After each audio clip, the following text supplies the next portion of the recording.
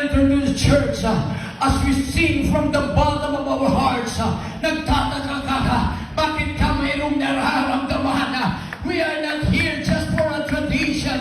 We are not here just for the program. But we are here because it is the will of God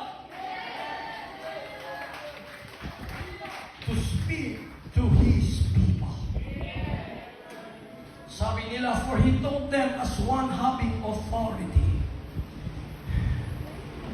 Amen.